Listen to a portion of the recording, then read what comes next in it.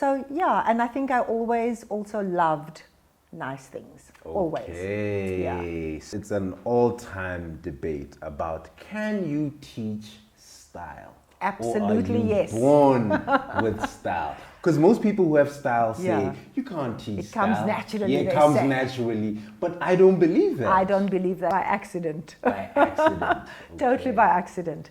How I came to go into fashion, depending on what type of person you are, you will always stand out, regardless of what is going on Instagram or on any social media platform. Yeah. You're always going to stand out. You're always going to find the people who are different. Yeah.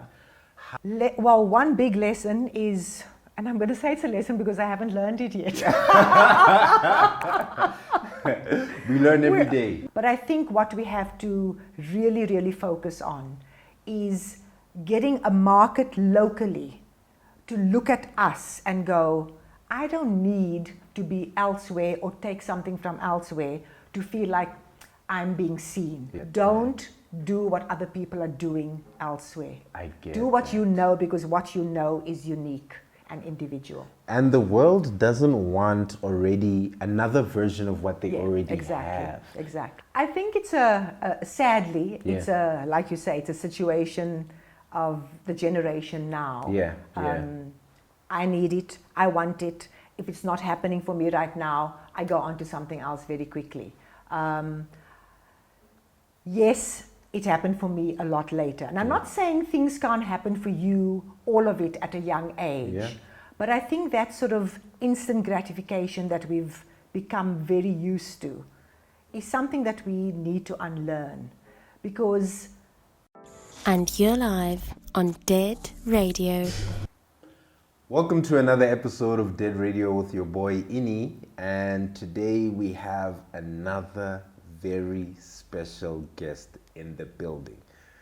Fashion talk only. I'm gonna let her introduce herself, and then we're gonna get into her life story, and you know how we always do, get those jewels for you guys to use in your daily lives. So yeah.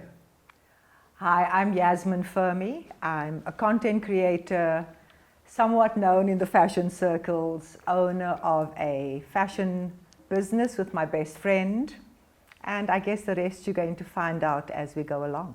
Yeah. Thank you so much for joining us today. It's a pleasure. How are you feeling today? Yeah, I'm always feeling generally very good. How's fasting? Yeah, it's going. Yeah, it's going. You just have to do it. You have to do it. I Yeah, understand. Okay, let's start your story from the beginning. Where were you born? Where are you from? Okay, I was born in a place called Rivoli in Johannesburg. Okay, Joburg in the building. Yeah. People often assume I'm from Cape Town. I have no idea why, but I'm a Joburg girl. Okay. And then when I was a teenager, we moved to Australia. So you guys moved the whole family. Yeah. Okay, tell us about the young Yasmin as a girl. What type of girl was Yasmin? I think I've always been a girl's girl. Okay. Always had lots of nice friends. Okay. Grew up in a very sort of vibrant community. Okay. Were you an extrovert or an introvert? I think I've always been fairly extroverted. I can't say always, because you know when you're younger, you probably don't have a lot of confidence. True. So you sort of surround yourself with a lot of other people, a lot who may have a lot of confidence, and then you sort of learn from them. So I think extroversion was probably a learned thing as I went along. But I can't say I was a very shy person. I was, you know, I had friends, outgoing, loved being around people.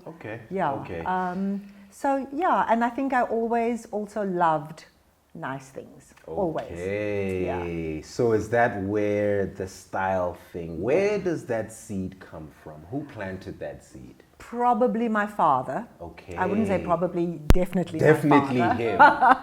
Yeah, definitely beautiful. my father. Beautiful. He was a very stylish man. I always loved the way he dressed. Other people always commented on my father's style. Yeah, he wore unique things in his time. So you learned it from him? So I learned it from him. Yeah. Okay, I want to ask you something, right? There's this big debate, it's an all-time debate about can you teach style? Absolutely, or are you yes. born with style? Because most people who have style say Yeah. you can't teach It style. comes naturally, Yeah, it they comes say. naturally. But I don't believe that. I don't believe that either. So you believe? can definitely learn what elements work for you. Because when you're around other people, you are very much influenced but by how they who they dress. are, what they're wearing, Yeah. all those sorts of Yeah. things. Yeah. And sometimes you can play around. You can say, oh, I like the way that person put those things together. Let me see what I can do. Not necessarily my twist on copying, it. but maybe I can work a different version of this. I get that. And that's how you come into it. Okay. So Okay. yeah, definitely style can be learned. Okay. And you're live on Dead Radio.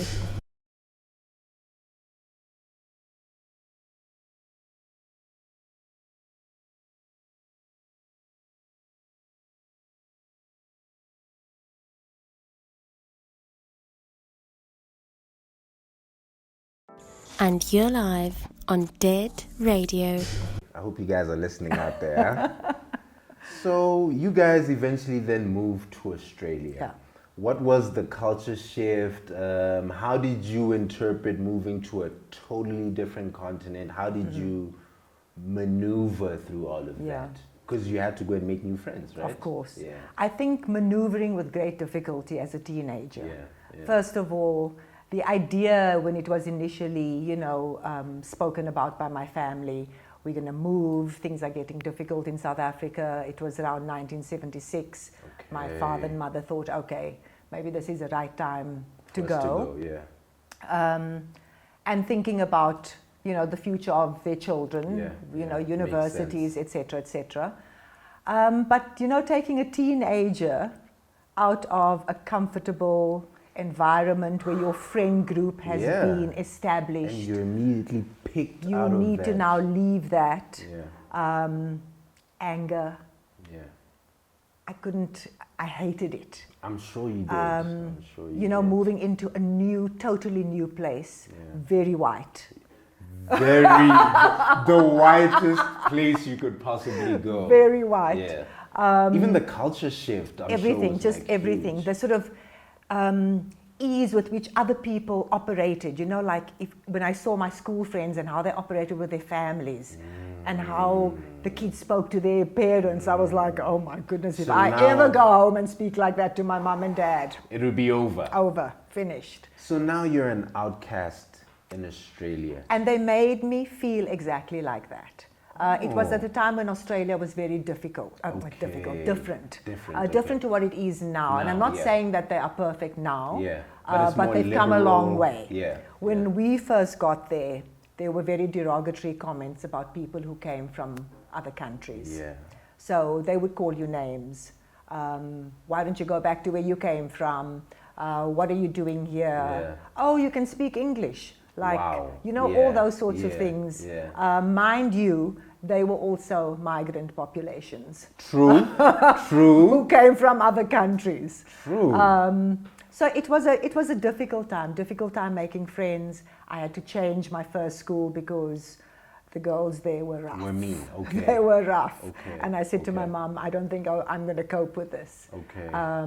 So it was a tough time. How long did you guys live in Australia for? Well, my family still lived there. Oh, okay. Okay. Yeah, so that was 1978. And We they're all moved. still They are still there. there. I came back What through made many you, circumstances. Yeah. What made you make that decision? What was going on in your life at that time? So at that time, I was going to LA because I had a boyfriend in LA. Okay. How did you meet him? Like in Australia, or was that another long story? That's another podcast. Okay. Okay, we'll leave that. Met him in Australia. Okay. He lived in LA. And as relationships go, one person makes the decision to be with the other. True. And so I went to LA. Okay. Another culture shift. I'm Another sure. culture shift that I enjoyed. Okay, Because I so felt, that was way better now. I felt Okay. like, okay, I can be here. Be It here. was a person in the music industry. It was creative. I felt, Beautiful. you know, yeah. Yes. So yes. that for me was really good. And you know, this idea of the US. Yes. And yes. that I'd never been to. So this was like Especially something. back then. Exactly. Like America was like way larger than we all thought. Than we all thought, and that we all care to think of right now. True, but now it's kind of flipped. It's a shift. Yeah, it's a totally, shift. Totally. We couldn't give shift. a damn So about America. You arrive in LA. Did you find a job? What was going on around? So I couldn't, of course, work, like legally work. Yeah, legally. So I did a little bit of modeling through a friend of mine. Okay. And I worked in a boutique. Okay. Yeah. Okay. And so they that's paid you cash, obviously. Of course.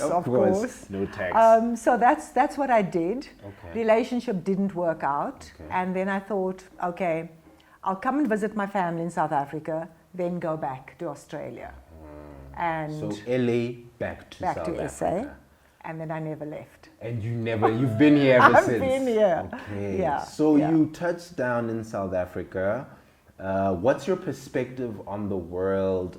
Is the style thing getting even more ingrained in you? Yeah. Are you still like a person who like stands out in terms of your style? Yeah. Like what's going on when you first touched down in South Africa? So I think it's always been there. It's something that I guess people in LA noticed. People here when I came back, because you know when you're coming from different places, the elements all come now with you're you. adopting and sampling different lifestyles. And I did stand out when I came here because I dressed differently. And I think people were also interested in just the fact that it was Sydney, then LA, then coming back here. So that style, that element was always there. And once I arrived here, I knew I wasn't going to leave. Yeah. Okay. Around what era is this? That was the 1986, 87. So apartheid was still happening. Oh, yeah. It was still happening. Emergency, regulations. It was building up to... I mean, I was here with the Boy Patong massacre, when the IFP, ANC were at each other's throats. It was hectic. It was hectic at that time, And then in terms of career path, what were you seeing? What were you thinking? Because definitely being a creative then is like, that's a dream. Like. So I wasn't a creative then. Yes. I may have embodied that on my person. Yes, with your style. But my career, I had studied social work when I was in Sydney. In Sydney. Yeah. Okay, that had so I was a been social worker. Okay. My interest was always in terms of systems and how it impacts people. Okay. And working towards finding an equilibrium and a balance. Okay. People and systems. So that was where my head was at. Okay. So I then registered to do be a social social work worker. again because I needed to register in South Africa. Okay. And I started working as a social worker. Okay. What were some of the things you learned about society and how it operated at that time as a social worker? Well, it was a very difficult time. I'm sure it was. Societally in South Africa, as you may well know. But I worked in a space where to do with correctional services. So people committing crimes. And my role was to see how they would perhaps fit better in society rather than in jail, in prison. Yeah. So how long did you do, how long were you a social worker for? So I worked for 2 years before I got married. And then had children and stopped working. Yeah. How did having kids impact your life at that time? How did it shift your perspective on the world? Well, I think I always knew that at some point I was going to have a child. Let me just say that, one child. That was always on my agenda, one child only, and then I had two. And I'm very glad I did, in case my daughter looks at this podcast and goes, so what, she only wanted one, and so now what about me? No, definitely 2 children, the best thing I could have done. My son, my daughter, they are I mean, I'm a very proud mother of these children. I love that. They changed my life in many ways. Okay. Firstly, that I never thought I was going to be a person who was going to stay at home. Okay, that was never your plan. That was never my plan. Yeah, I was yeah. always like, women can go and work, they True, leave their children, true. someone else can look Can after the look after children, them. you pursue your career, that's what it is. Yeah. And I think once I had my son, I was, actually, I don't think I can leave my child at home. I want to raise my child. That was the switch in Yeah. your mind. I want to raise my child. I want to be involved with the growth of my child and the development. I want to see how things go. I don't want to give this over to someone else. Okay. You know, I mean, I think sometimes we also, everybody else can take care of things. Yes, we have yes, domestic yes, help. Yes. Other people have Everything is You know, yeah, outsourced. Yeah. You know, you can sort of, when you can pay for something, people can service you, Yes, so to yes, speak. yes. But I didn't want that for my children. Okay. Yeah. So you're at home, you're raising your kids. When do you start, what can I say, entering fashion circles? Like, when does that start happening? That happens very late. Okay. Because sometimes you get stuck in a comfort zone. I think we all do, Yeah. to some extent. You don't want to do anything other than what you know. Yeah. Yeah. So initially you're at home, but you don't like the fact that people now only know you as the mother and the housewife. But then you become comfortable with that. Yeah. And then you go, I don't care. Yeah. As long as I know who I am. I am, yeah. This is my You know, I can't identity. keep on fighting. You know, when people say, what do you do? Oh, no, I'm at home. I look after my children. But I was a social Yes, worker. yes, You know, you yes. always want to fall back on Yes, something yes. that raises what you think raises you Your above. identity. Yeah. Your identity. So you want to, yes, you want to include all those things in it. But at the moment, you're a mother. Yeah. And I then came to be comfortable with that. That is a great idea. identity, by the way. Absolutely. For anyone On its out there. own. By itself. On its own. Yeah. I think if I were to rank every single Yeah. job, I think mother Yeah. is at the top of that. Yeah. Literally. Yeah. Okay. And it doesn't mean, because I think sometimes as a woman you get confused with, if somebody just views you as a mother, do they think in any other way about you? Yes, yes. Do you have a brain? Yes. Do you know what I mean? Yes. What are your views on politics? Yes, What are your yes, views on yes. anything to do with the economy or society Yes, in general? yes. They just fit They just fit you in that little box. mold, but Yeah. do they think more widely about you? I get that. And I think I always worried about I that. get that. But there came a point where I didn't have to prove myself to anybody. Okay. But to go back to how my children, and the children just changed me generally, and they still change me today. Today, yeah. Because I learn So a much hell from of a them. lot from I them. get Yeah, that. yeah. Okay. So what happens in that place where, does it happen through social media? Do people in the fashion circle start seeing you? Like, how does that? By accident. By accident. Totally Okay. by accident. How I came to go into fashion, as my kids got older, I said to a friend of mine, she's a fashion designer, Okay. that I'd always wanted to be Is that in Cynthia? fashion, Cynthia. Okay, shout out to Cynthia. Yeah. Shout out to my Yeah. bestie, my bestie. Okay. I always wanted to be in it. She wanted me to get involved with her, but I wasn't ready. Okay. So I said, no, not now. I'm not ready. And then Jamal, I have to, whenever I speak about getting into fashion, I Yeah. have to say it's really Jamal. because of him. Okay. I bought something from his brand, Okay. and when I went to meet him, we were talking about what I do, my love of fashion, etc. And then he involved me in his ambassadors collab that he did. And that was so out of the blue. I mean, Yeah. I went to go and buy a top from him, and he said, I think I can do And that something. spinned into that. Yeah. So once he did that, and when we saw the end result and chatting about fashion, I phoned Cynthia. I said, we can now Start with that. Yeah. What a crazy coincidence Yes, of absolutely. events. Totally unexpected. And you with weren't no planning. Yeah. Nothing. And once we said that's it, there was no thinking, no overthinking, no analyzing, no, oh my goodness, we need a business plan. How are we going to do this? We thought, we're going to do it. Let's think of a name. Okay, and then so you and Cynthia Yeah. now go and start SiSi. Yeah. How does that feel? Weren't you guys worried? Very. We were very worried. Yeah. Because Cynthia has her own business, Okay. sort of a bespoke business with Okay. private clients.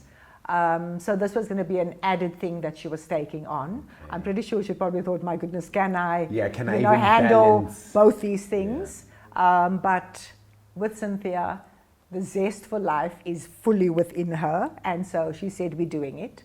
And we spoke about how much money we both have. Yeah. Put it You together. bring equal, I bring equal. We put Okay. it together.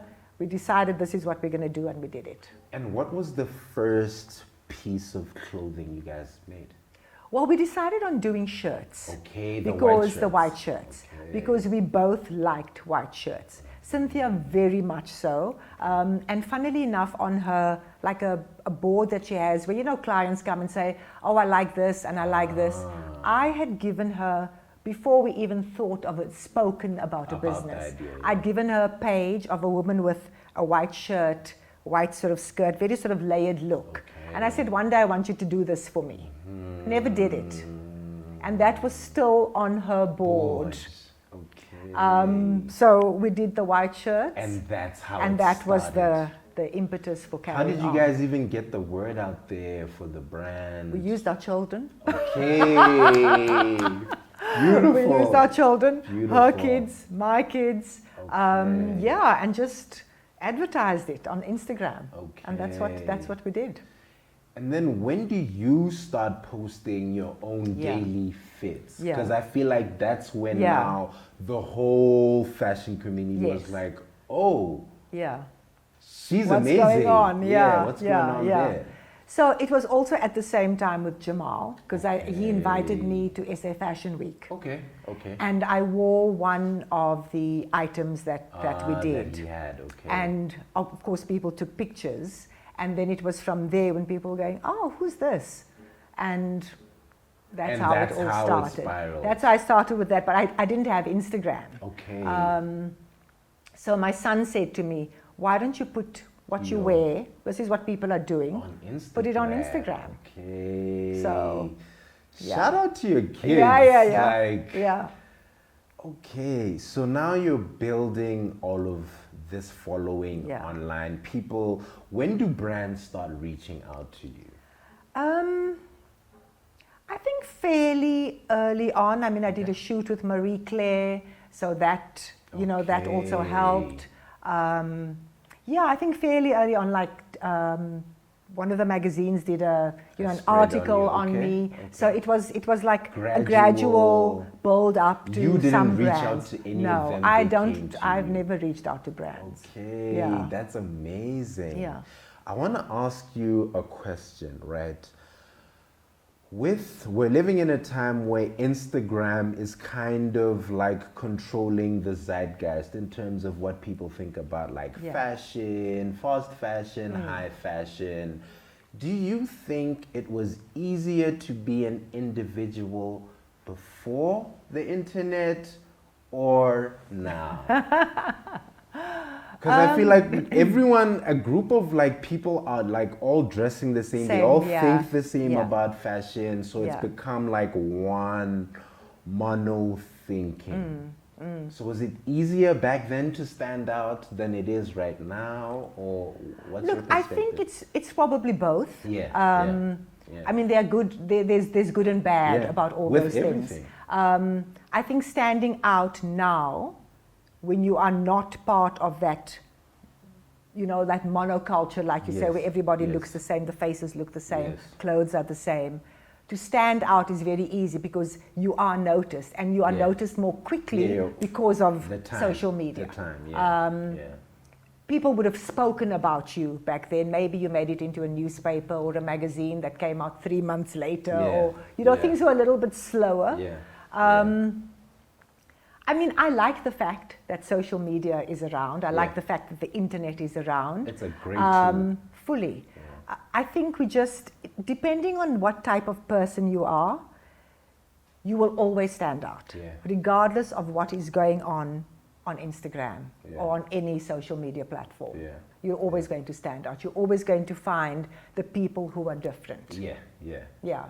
How did you develop the backbone to stand out? In society, it's very tough to be someone who stands out, Yeah. who takes up space, who like a bright color in a very dull world. Where did you get that from? I've had a very strong mother. Okay. She always said, when you go out into the world, be different. Okay. That was one of her things. That's the seed Don't she follow, planted. you know when parents tell you about your friends, Yeah, yeah. don't follow what Yeah. your friends are doing. Yeah, yeah. So that yeah. was one of the things. I mean, as much as we think it only means don't go where they're going or whatever, it also means a whole lot of other things. True. So when your friends are wearing this, don't do what they're doing. Wear what makes you feel comfortable. You don't think about it at that time, but Yeah. you know, those seeds are planted. Yeah. And I can say with age, Yeah, yeah. it also adds yeah. to that. Yeah, the tree So now now starts blossoming. you don't care about whether 50 people are wearing something. I get if that. you feel like you're going to do something different, you do Yeah. it. Because you no longer need the validation of a group to say you okay. I get that. You just need your own inner Yeah. sense of peace. Yeah, your own GPS, Yeah. really. Okay. And then where does your love for Thebe Magugu come from? Because I feel like everyone, even just when I was doing research on you, that's a name that pops Yeah. out for you. Where does that come from? How did you and him even link up? Yeah. Like, yeah. I saw Thebe, I met Thebe at an SA Fashion Week Okay. somewhere. Okay. And I went to his graduate collection show. Okay. And it was outstanding. Yeah. I mean, there was no doubt that Thebe was going to go into the stratosphere. You could tell even then. Then, Okay. yeah. Okay. So already the clothes spoke to me, what he did with his clothes. I bought, I think, a couple of his first pieces. But also Thebe as a person, Yeah, yeah. As a human, human, right? being, Yes. is exceptional. Yes. He has such deep and intense stories Yeah. to tell that comes out in his clothes. And that's not to say that when you look at his clothes, you can go, oh, this means X, Y, and Z. But Thebe is one of those rare people that uses his stories, Yeah. his background, culture, everything to inform his creativity. I get And that. those two go so seamlessly together. Together. Yeah. Okay, okay. What are some of the things you thought would happen before you and your best friend started the brand? And what are some things that you thought, okay, this is what we have to do, and then once you guys actually started putting out clothes, you're like, oh, I actually had no idea that this is actually what we have to do. Yeah. What are some of those like lessons that Yeah. you learned? Well, one big lesson is, and I'm going to say it's a lesson because I haven't learned it yet. We learn every day. No, we learn every day, and every we keep day. on saying Yeah, yeah. we need to sort a website out. Okay. But we are so lackadaisical I get about that. all this I get that we that. have not. We Okay. keep on saying we sell things through Instagram, like Yeah. we some small little, you know, Yeah. spaza Side shop or hustle, something. yeah, I get that, I get exactly. that, I get that. And I'm not doing down spaza shops, they do well. Yeah, But yeah. if we had a website, we Okay. certainly would do a lot better. Okay. Sometimes you just get lazy. That's true. That's you get, true. and I own it. We get lazy true. and we think, oh well, things are going. We make one collection a year. We're happy with that. Yeah. But I think we need a little bit of fire. Okay. And I think that's what brands need to do. I think Yeah. you become complacent Yeah, with the how space. things are, Yeah. Yeah. and you never think, okay, we can grow our business by doing X, Y, and Z. Yeah. One Yeah. thing is by having a website that we Okay. need to sort out. Okay. Okay. Our business has been going for a long time, so Okay. it's very bad that I say we don't have a website. Because every time someone says, have you got a website? You can sell in the US, you can sell in the Yeah, UK, because we yeah. get a lot of inquiries from there. Okay. anyway, so that's... Any web developers out yeah, there? Yeah, please help. Please, contact me. Hit Yes, them up. yes. Okay. Yeah, so that's one thing. Knowing when to put something out is very important. And sometimes sometimes when people know you for what you do, like say black and white, because that was our thing. And then you want to introduce, okay, now we also get tired of black and white. Let's do something different. We're going to do cream. And then sometimes they're like, nah, what's going on here? And then it's not as popular. I get that.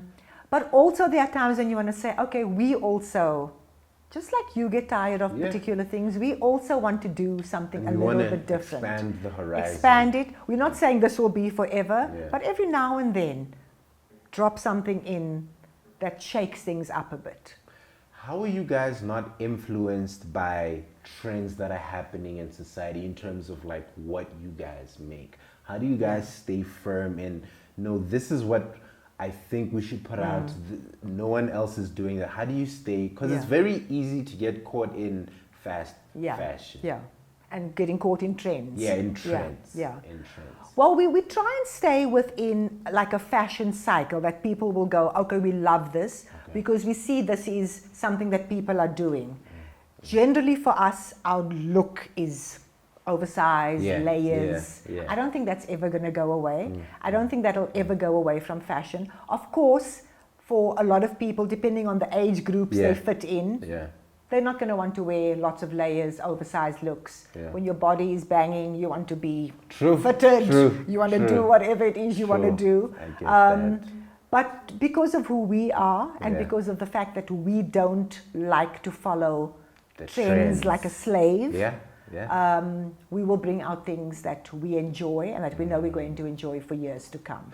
And that we want our clients to do the same. So it's internal and not external. Yeah. Okay. What's your perspective on, because you've definitely seen fashion in the world change over the decades, right? There was a time when Europe and America dominated the fashion zeitgeist and determined where we were all going. But now we've come to a place where Africa is now rising and we have people like the Thebes or Laduma with Maxhosa. We have all these brands that are emerging and are now actually creating the trends in the world. What's your perspective on the change and how it's actually changed, and now we're actually the one in the driver's seat now? Well, we were always in the driver's seat. That's true. They stole from us. That's true. They stole and they've stolen a lot of trends from us. Europe, the US, they were always looking to the continent for different things. They would brand it in the way they did, but a lot of it sell it back to us. A lot of it came from here.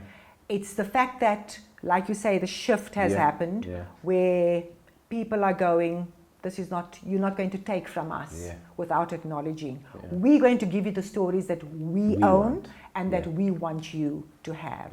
And I think that power is very evident in the way fashion has evolved from this global south into the north rather than the other way around. The other way around. Yeah. I think it's amazing to be living in this time. I mean, even we talked a little bit about just America. America's losing its cultural grip on the world.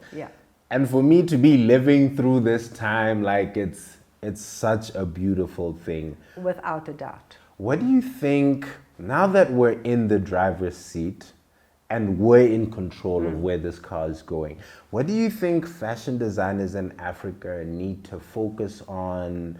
What do you think we need to do as a continent, as a country, as a collective of creatives to make sure that what happened in the past never happens again? Because they can come with money and blind us and it happens again. What do you think we should focus on? I think the shift is so seismic and definite. Maybe not in my lifetime will it shift in that way again. Because I think individuals, communities, countries in general are now very much aware of what power they have. I don't know what it would take to change that. But creatives have to always own what they know create. And what they create. Yes. I do think some people are still wanting, some creatives are still wanting to be like a Prada or a Gucci or whatever it is. Conditioning. We've all you been have to unlearn that, because yes, we were all part of that. I love nice things. I love beautiful brands, and I'm not saying those brands are not fabulous pieces to own, etc. But I think what we have to really, really focus on is getting a market locally to look at us and go, I don't need to be elsewhere or take something from elsewhere to feel like I'm being seen. Because we can be seen with what is created locally. Right here. And the brands need to tap into that. Because people are hungry for something different. You can see when you look at South Africans in general, I don't think there's anywhere that has the individual style like South African people. Not at all. Not at all. And I think brands don't tap enough into that. Because it comes from the streets influence what creatives do. True. It goes both ways. It's symbiotic. But there are subcultures that happen without us even knowing it. True. And creatives need to tap into that and see what is going on. If I want to, get a market that is here and not try and, say nobody's supporting me, blah, blah, blah. The individuality is what needs to come out. I get Don't do what other people are doing elsewhere. Do what you know, because what you know is unique and individual. And the world doesn't want already another version of what they already have. Exactly. I love that. Okay, I want you maybe to talk about, so me and my friends, we have this idea or this conversation that we constantly have about life is long, right? And I feel like you're a perfect example of that. Young people out here want to have their dream job, their dream, everything at such a young age. But you're someone who showed that even in your later years, you can actually start a brand. You can actually create your own personal brand. But I just want you to maybe speak a little bit about like how life is long and everything shouldn't need to happen right now. I think it's sadly, it's like you say, it's a situation of the generation now. I need it, I want it. If it's not happening for me right now, I go on to something else very quickly. Yes, it happened for me a lot later. And I'm not saying things can't happen for you, all of it at a young age. But I think that sort of instant gratification that we've become very used to is something that we need to unlearn, because skill takes time. It does. What you need to do with your life and your experiences and your confidence and the belief in yourself takes time. You build character over a period of time. It doesn't happen when you're 25, you've now experienced life as it is. I think experiences happen all the time. What you want to do with your life changes. You may decide at 22, this is what I want to be, but at 28, you are something else. You shift again. And all those things are possible. You can fail, you can succeed. Everything works to make you who you become. Failure and success. It can't only be success. They come hand in hand. They come hand in hand, because failure is a learning curve. Fully a learning curve. So anything takes time, anything good takes time. There are, we can always bring out exceptions to the rule. There are people who make it when they're really young. True. Do you know what I mean? Especially in this time. Especially they in this absolutely time. Are. But I think those are exceptional people. They're not the norm. Don't measure yourself against that, because that's not the rule. That's not the rule. People go through different stages, and you have to go with those stages in order to grow. I get that. Patience. Patience. Yeah. That's the number Yeah. one thing. Okay, I want to shift gears for a little bit, right? And talk about South Africa in the larger context.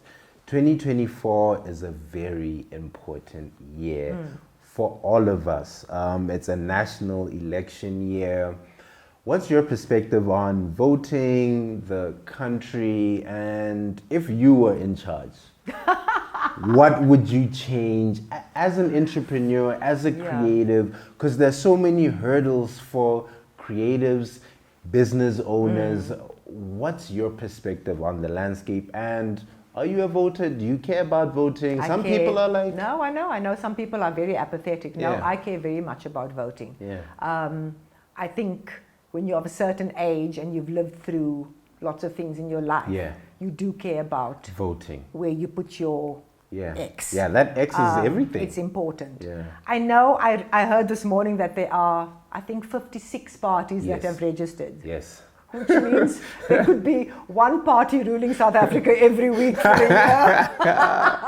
Or more. True. But of course, voting is, every person should vote. Yeah. And I think younger people, because I know it's always been said that young people couldn't care about voting. Yeah. They think we've all messed it up, so Yeah. why should Yeah. they worry? Yeah. Well, please Yeah. worry, because Yeah. you can fix it. Yeah,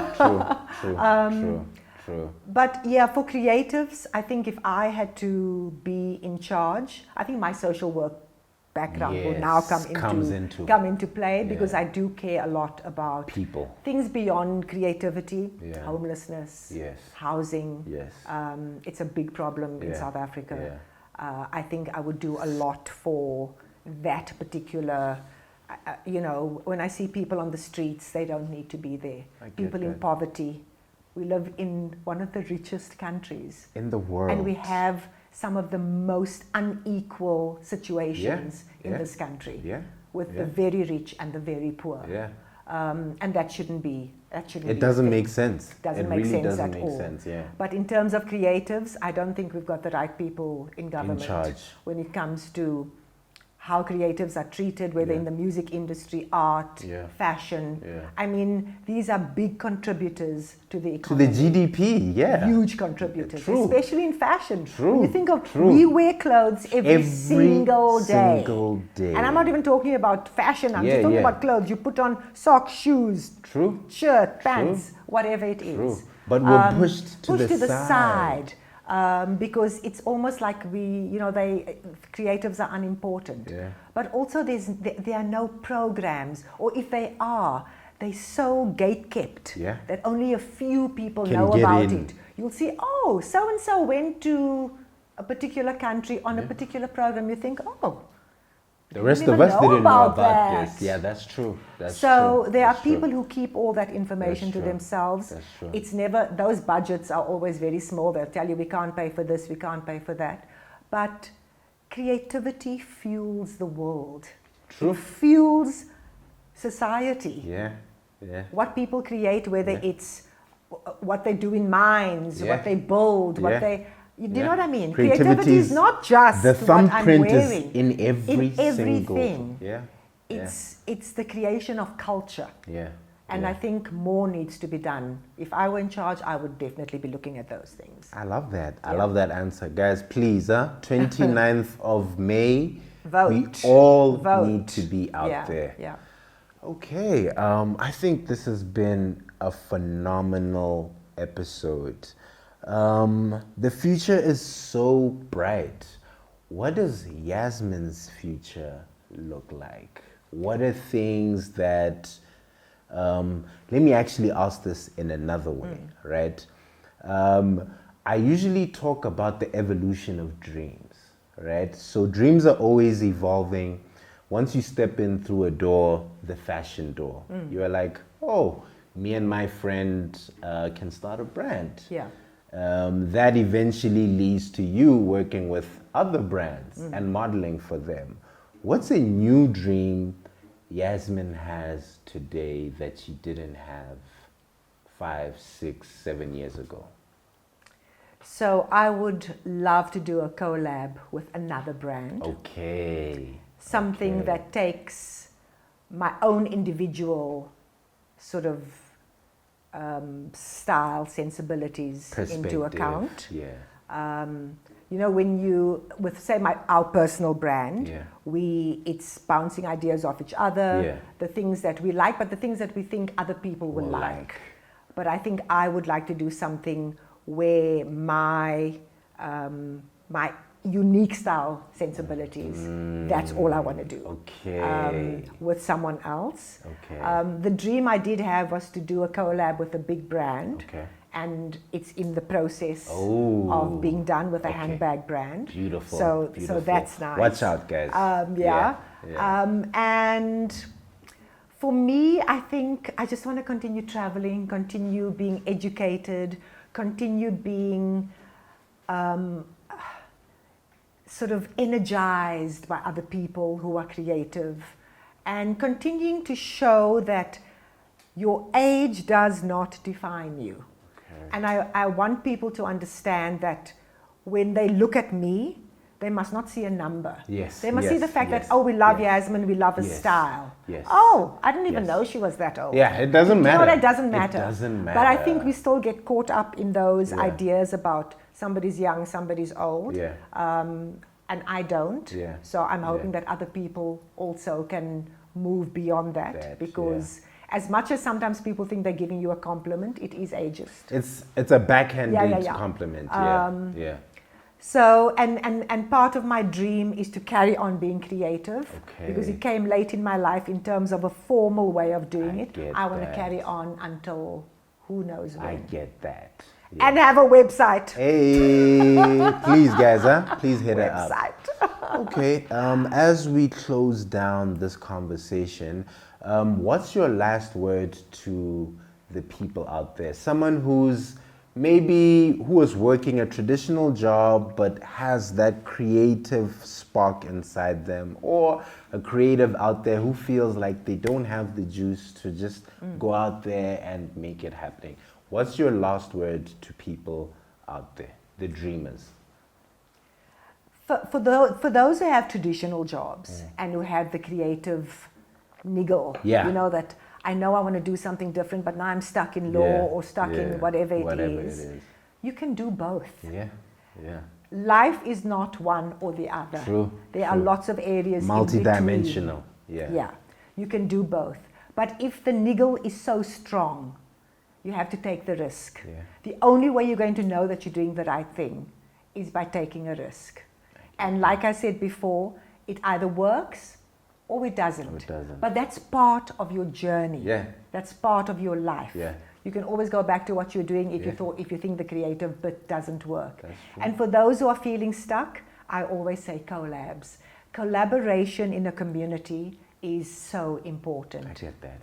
You may feel stuck, somebody else comes with an idea that just spurs you on to now you're tapping into areas that you think, oh my goodness, I didn't even think about that. Get that. So collaboration is so important. I think sometimes we think we want to work alone because we want to show somebody what I've done this. Yeah. But sometimes it's more important to say we've done this. Because you bring somebody else into the equation. And that, I'm always that type of person. Okay. I love being with other people and not just taking things for myself. I get that. The shine has to happen with everybody. Yeah, with not I, guys. Yasmin, thank you so much for joining us. This was a beautiful conversation. Thank you. Thank you for having me. Definitely. From your boy Ini, shout out for tuning in for another special episode of Dead Radio. Please don't forget to like, comment, subscribe, and we'll be back with another episode. And you're live on Dead Radio.